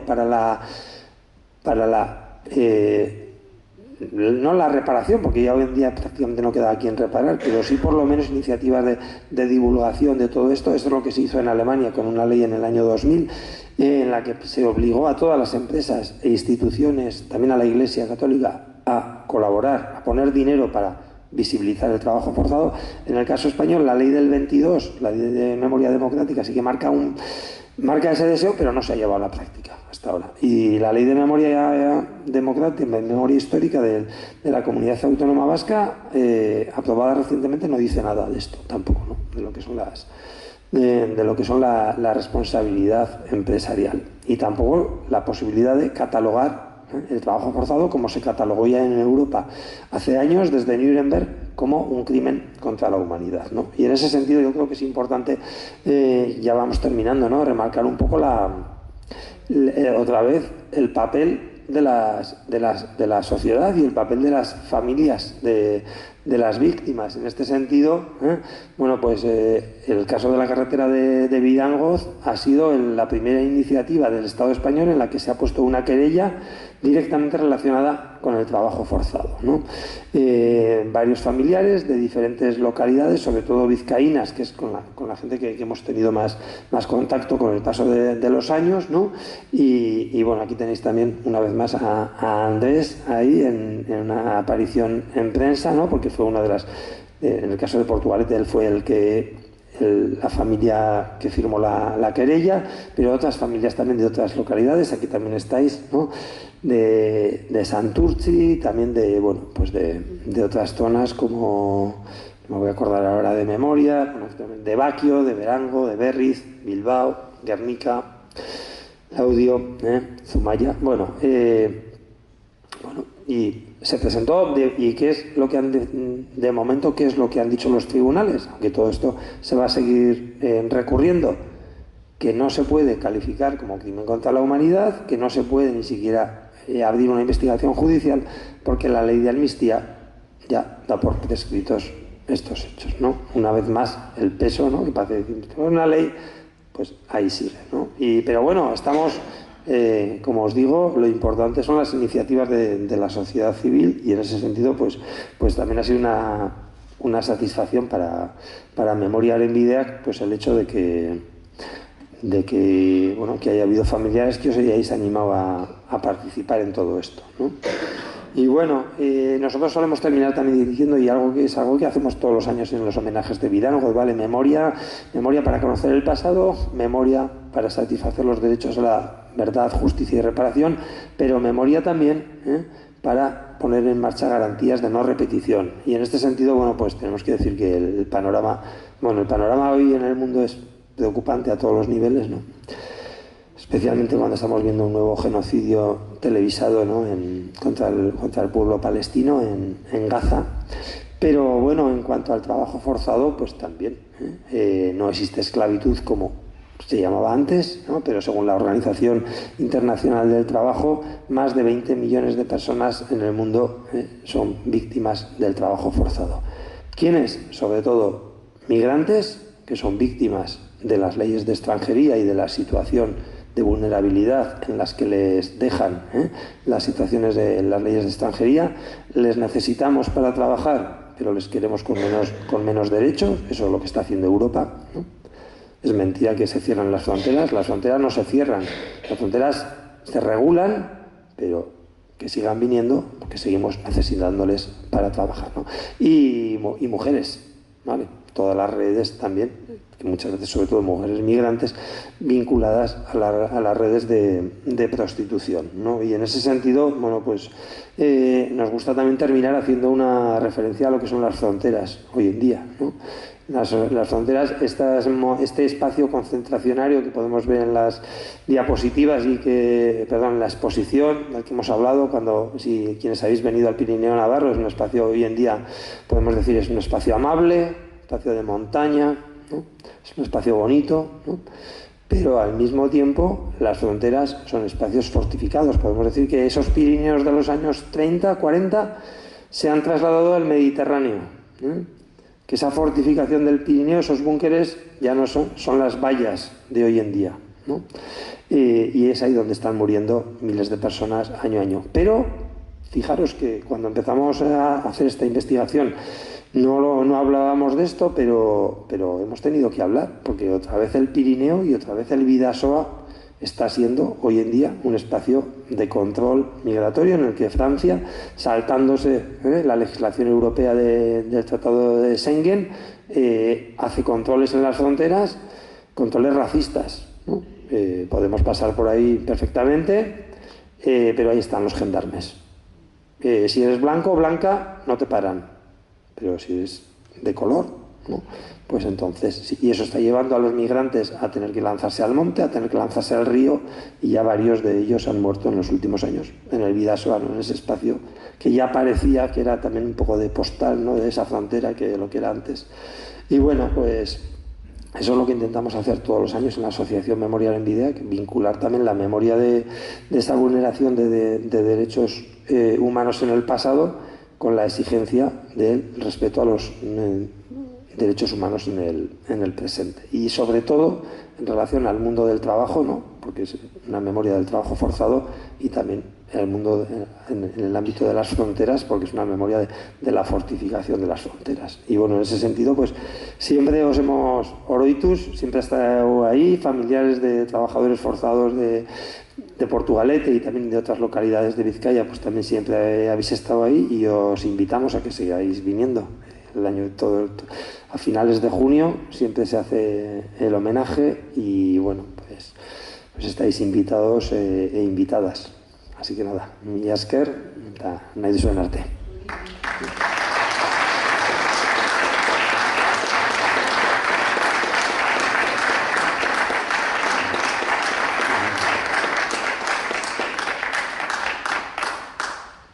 Bueno, igual me he enrollado un poco, pero no sé si tenéis preguntas o comentarios o... Yo te quería hacer, Fernando, referente a Félix Padín, te puedo asegurar también que se murió con las mismas ideas que tenía en el año 30. Tuve la suerte de coincidir con él bastantes años en Albertia, que se hace también un homenaje, y él iba por la CNT, y he tenido el gusto de hablar con él un montón de veces. Y sí, estaba, si en el año 30 era así, en el año 2008, en esa época sería exactamente igual. Un personaje maravilloso.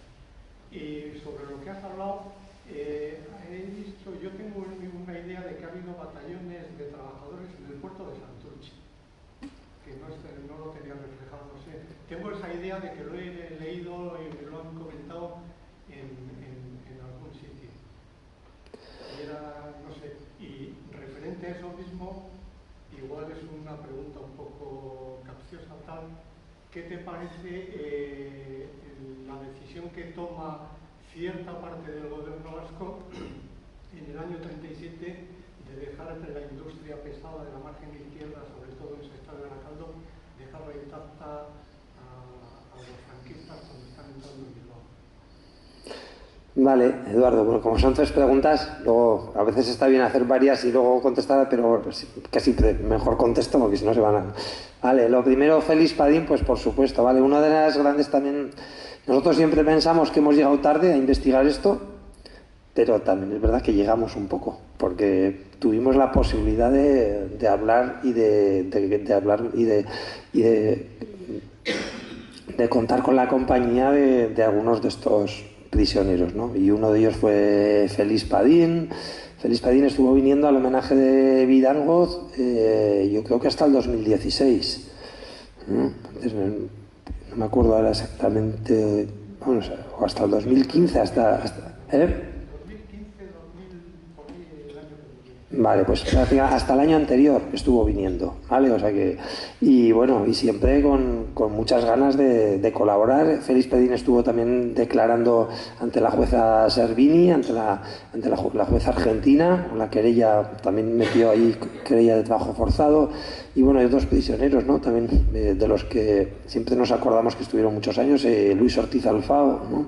Que estuvieron viniendo hasta el año 2018 con 102 años. Él estuvo presente en la inauguración de este barracón en Igal, fue la última vez que vino ahí, y bueno, es gente, o sea, llegamos tarde, pero es verdad que gracias a ellos también nos contaron gran parte de todo lo que sabemos, de la experiencia del trabajo forzado, lo sabemos gracias a ellos. El puerto de Santurce, sí, documentación oficial yo no he visto, pero en Santurce sí que ha habido gente en alguna entrevista que nos ha dicho que hubo, no sé si un batallón entero, pero que hubo prisioneros trabajando en el puerto. Esto es, además, yo os he hablado de la localización de los batallones, pero es que luego estos batallones, por eso hablamos de universo concentracionario, porque ese término se inventó en Alemania Porque decía, bueno, bien, los grandes campos de concentración, pero los grandes campos de concentración tenían sus subcampos, y esos subcampos tenían a su vez, y es una especie de universo en el que hay estrellas, hay planetas, hay satélites, ¿no? Y en el caso de Santurtzi sí que hay prisioneros trabajando en el puerto. Yo creo que fue Isidoro, no me acuerdo ahora de su apellido, que además le hicimos una entrevista para un documental sobre las huelgas del año 47 en el que hablaba de eso, y hablaba también de la solidaridad de mujeres de Santurtzi con estos prisioneros. Pero no hemos visto documentación oficial, pero sí testimonios orales. Y bueno, y luego, claro, pues está claro que la decisión de dejar en pie la industria, pues, bueno, yo no me corresponde a mí decir si estuvo bien o estuvo mal. Lo que está claro que fue de gran ayuda para el avance de las tropas franquistas, porque es que, bueno, el factor clave, y ahí tampoco hay que engañarse, el factor clave para la victoria de Franco en la guerra fue la ayuda exterior, ¿vale? Eso está bastante documentado.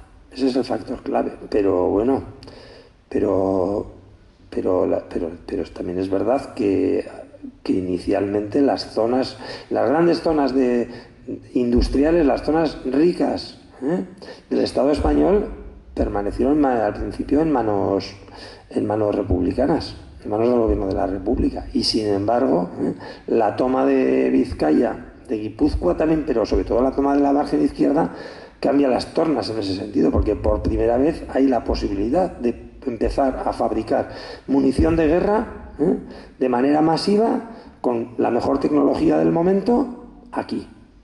Y además es los mismos empresarios que en los años de la República habían estado haciéndose los remolones, que no podemos producir más, que no sé qué, que las fábricas y las minas estuvieron, vamos, o sea, trabajando poquísimo, desde el 18 de julio del 36 hasta la primavera del 37. Eso pasa también en las minas, se ven las estadísticas. Y claro, una vez que entran las tropas franquistas, por supuesto, mano de obra súper militarizada y súper disciplinada, pero también una gran voluntad, y además se ve en la documentación de la burguesía, de los dueños de las fábricas, con muy pocas excepciones, ¿no? La familia Sota es una de las pocas excepciones, ¿no?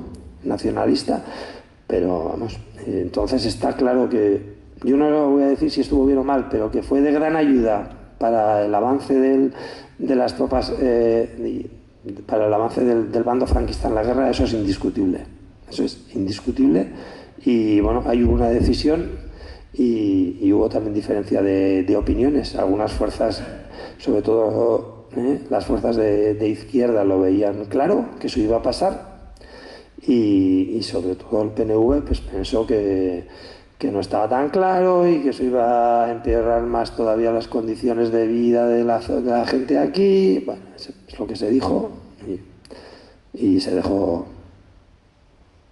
Desde luego en otros sitios se hubieran volado las fábricas, eso está claro, pero bueno, aquí no se hizo. ¿Tendrá algo que ver con el pacto que llegó el PNV con los italianos para la salida por Santander para todo el gobierno y para todos los militantes? Bueno, esa es otra.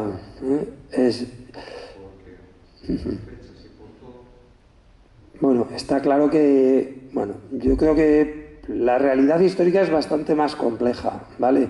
Y yo creo que las relaciones que... Yo tampoco soy Eduardo es más experto que yo en lo que es la dinámica de la guerra y la coyuntura política, pero las relaciones entre el gobierno vasco y el gobierno central no fueron fáciles.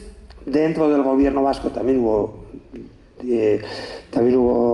discrepancias, y también dentro del PNV hubo discrepancias. Pero bueno, yo creo que el compromiso del gobierno vasco en general con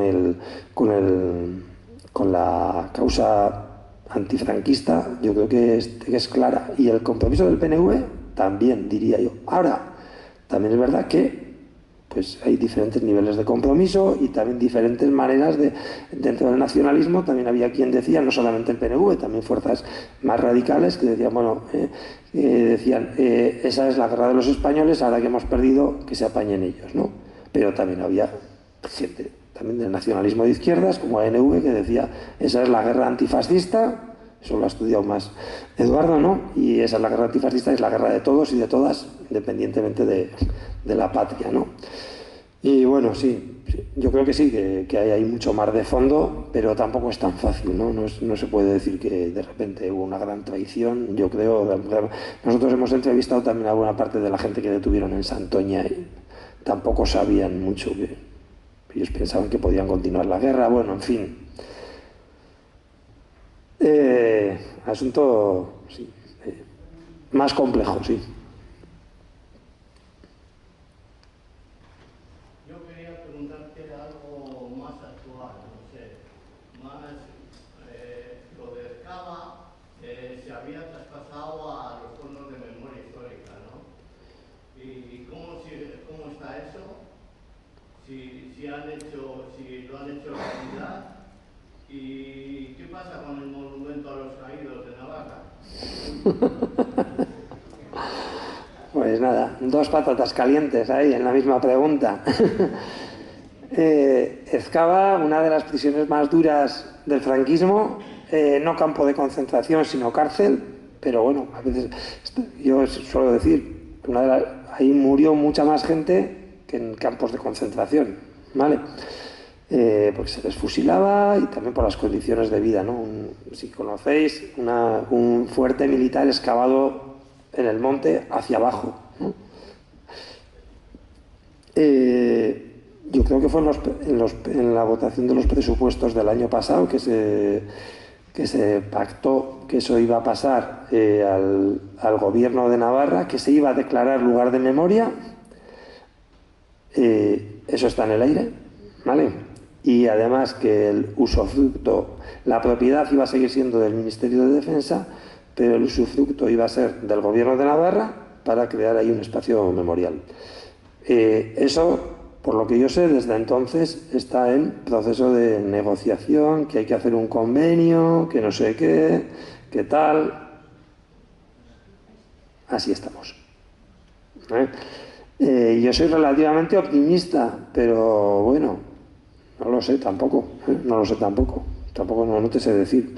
Parece que algo se mueve, por lo que oímos, pero está pasando el tiempo y bueno, y la coyuntura política española también puede cambiar en cualquier momento y eso también, pues, si hubiera un cambio de gobierno ahora en España, pues eso no es papel mojado. El nuevo gobierno tampoco no estaría tan obligado a hacer nada, ¿vale? Entonces no sabemos.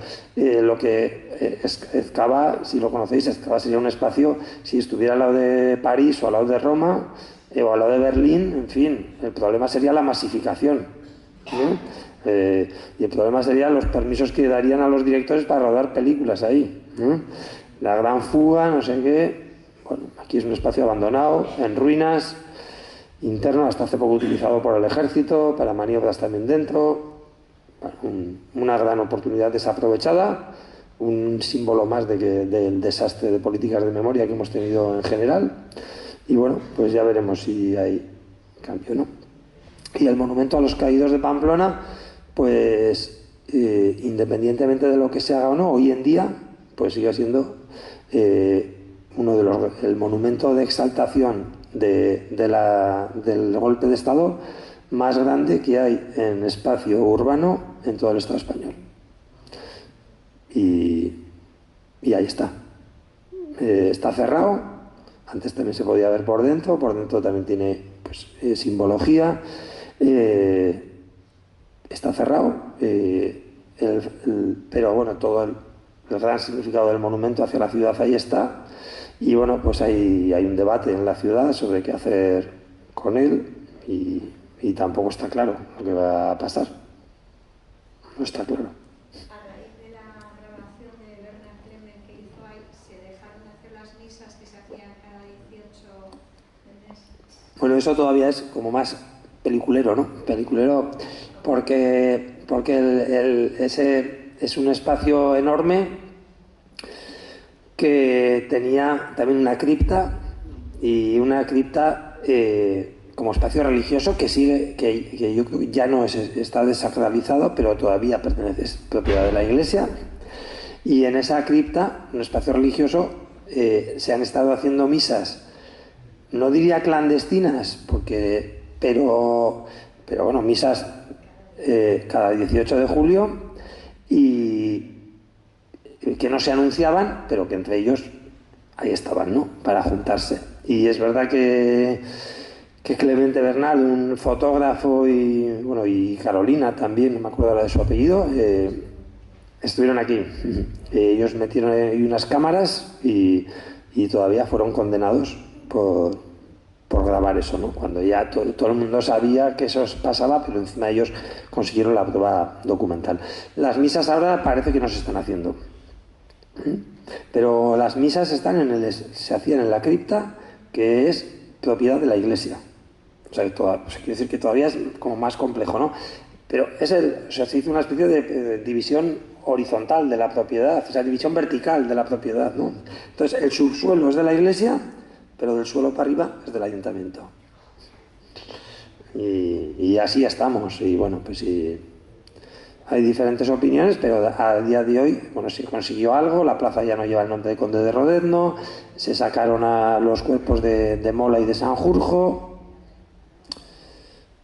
Pero bueno, ahora se supone que el ayuntamiento pues dice que algo va a hacer, pero va pasando el tiempo y de momento no se hace nada. Es un poco más complejo, hubo un concurso de ideas, pero bueno, al final, en día de hoy, está parado. Sí, un par de cosas que quería comentar. Estás hablando de un historiador, memorialista. Bueno, si te digo por las preguntas que te quiero hacer. Has comentado, me ha parecido entenderte que hay gente muy mayor, gente que ha fallecido y que el tema del reconocimiento, la reparación, que es un poco complicado, una vez que la gente ha fallecido.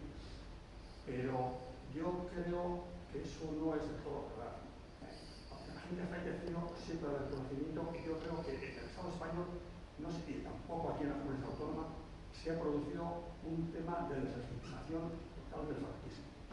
Eso no se ha producido desde el año 75, desde el año 77 no se ha producido, no se está produciendo. Y las leyes de memoria histórica, las dos, la ley de memoria histórica del Parlamento Vasco y las dos que se aprobaron en el Estado español, no hay una deslegitimación integral del franquismo. Eso por una parte. Creo que eso sería muy importante como reconocimiento a que los asesinatos del franquismo y toda aquella política que hubo no estuvo bien. Y eso a nivel de una mayoría muy cualificada o totalidad del Parlamento, esa situación no se ha producido. Y por otra parte, te quería comentar que siempre se menciona la ley de amnistía como impedimento, y es que además se habla desde las asociaciones memorialísticas también, y yo también lo he dicho, que es uno de los impedimentos para poder juzgar a aquella gente. Bueno, pero yo creo que las leyes de amnistía, y aquí tampoco, no amnistían crímenes de lesa humanidad. Eso no sucede así en ningún sitio. El tema es que aquí y en el Estado español tampoco no se ha reconocido que los crímenes durante el franquismo, la guerra, el franquismo tardío y todo lo que se quiera decir, han sido crímenes de lesa humanidad. No se está reconociendo. Y como causa de eso, no se puede hacer absolutamente nada. El Parlamento español ni aquí. Y aquí se reconoce en una declaración institucional de que eso fueron crímenes de lesa humanidad, ¿no? Entonces, si eso fuese así, no se podría invocar la ley de amnistía. Muchas veces se dice que si la judicatura española, que está la judicatura española, pues sí, sabemos cómo es, y la experiencia tenemos de que cada vez que denuncias algo, cada vez que vas hasta Constitucional, digo yo, por lo que llaman de mi hermano, soy argentino, soy no sé cuánto, y te mencionan siempre la ley de amnistía, y que ha pasado 20 años y que ha prescrito. Los crímenes de esa humanidad no prescriben. Eso está muy claro. Pero digo que es que no se puede mencionar que la ley de amnistía impide estas cosas, no. Lo que impide es que ni la judicatura, ni el Parlamento español, ni el Ejecutivo español, ni la derecha, por supuesto, que son herederos de fines ideológicos franquistas, ni el PSOE, que viene a otra parte, quieren reconocer aquello como crímenes de lesa humanidad. Ahora te decía el tema de si estás hablando como historiador, vale, pero como memorialista, ¿qué dices? No, yo te digo lo mismo, como historiador que como memorialista. Te digo lo mismo, por partes. Cuando he dicho que el tema de la reparación, que es difícil porque la gente se ha muerto, a ver, estaba hablando, en ese momento creo que estaba hablando de reparaciones concretas a gente que ha estado trabajando y que ya se ha muerto, ¿no? Pero hay una cuestión que bueno, eso tiene un poco más de complejidad, aunque las familias también pueden tener derecho a recibir. Pero a nivel económico hay una cuestión, yo no he hablado porque tampoco puedo hablar de todo, pero y además en eso hay acuerdo también de los historiadores, no ha habido una reparación de todas las propiedades confiscadas como botín de guerra.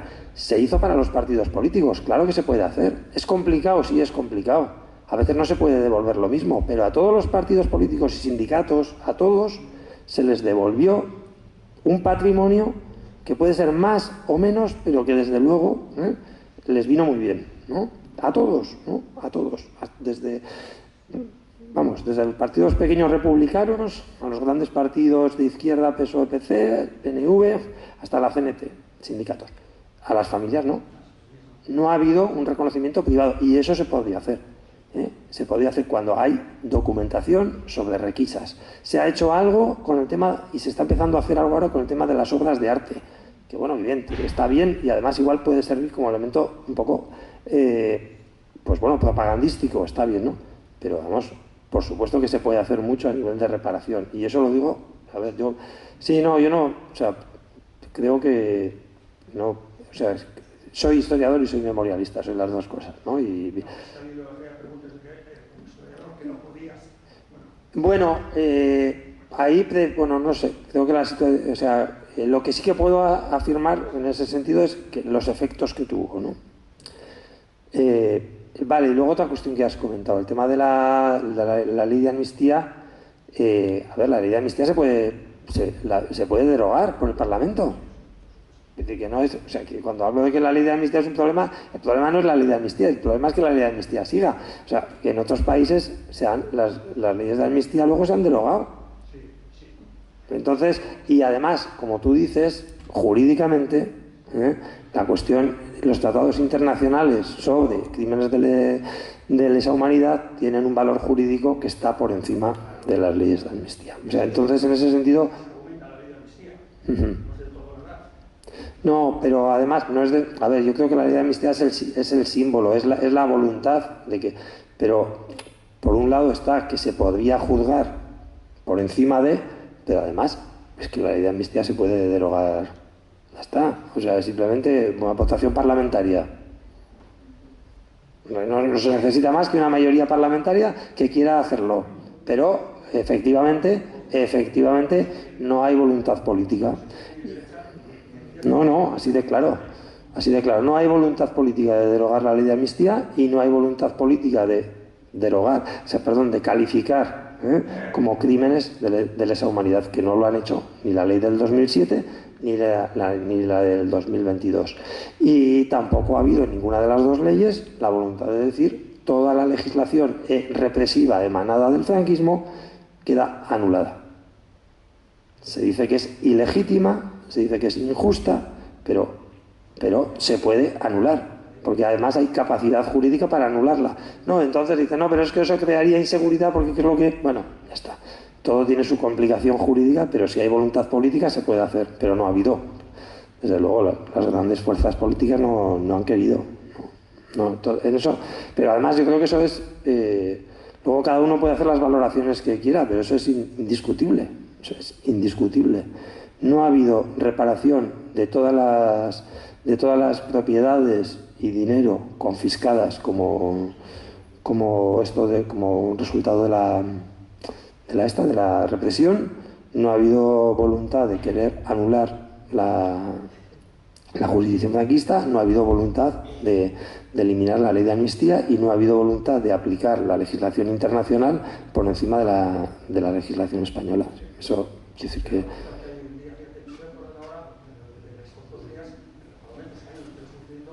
la legislación española que no sé cuántos saben, 40 o 50, que han cumplido años de cárcel en Europa, no vuelvan a cumplir esos años de cárcel en el Estado español. O sea, pues no sé si nos han dado cuenta, no han querido hacer mal, no sé cuánto que se han matado, pero es que no hay voluntad. Es simplemente adecuar a la legislación europea. Se está pidiendo otra cosa. Con una peculiaridad, tenemos la obligación legal de adecuarnos a esa legislación europea. No es optativo en cuanto a que yo esta ley europea la aplico o no la aplico, cuando no nos obliga legalmente a cambiar nuestra propia legislación. Sí, sí, sí. No, a ver, yo os decía antes, la cuestión de memoria es siempre una cuestión de voluntad política. En Argentina, por ejemplo, eso ha pasado siempre, ¿eh? Hubo juicios, luego hubo ley de punto final, luego esa ley de punto final también se derogó. Que las leyes se ponen y se quitan en función de la voluntad política. Luego llegó mi ley y otra vez, y en Alemania también tenemos muchas veces una imagen bastante edulcorada porque es verdad que Alemania, pues sobre todo para cuestiones de trabajo forzado, podemos decir, están mucho más avanzados. Bueno, bien, pero también ha sido con mucha discusión, con mucha polémica. Sí.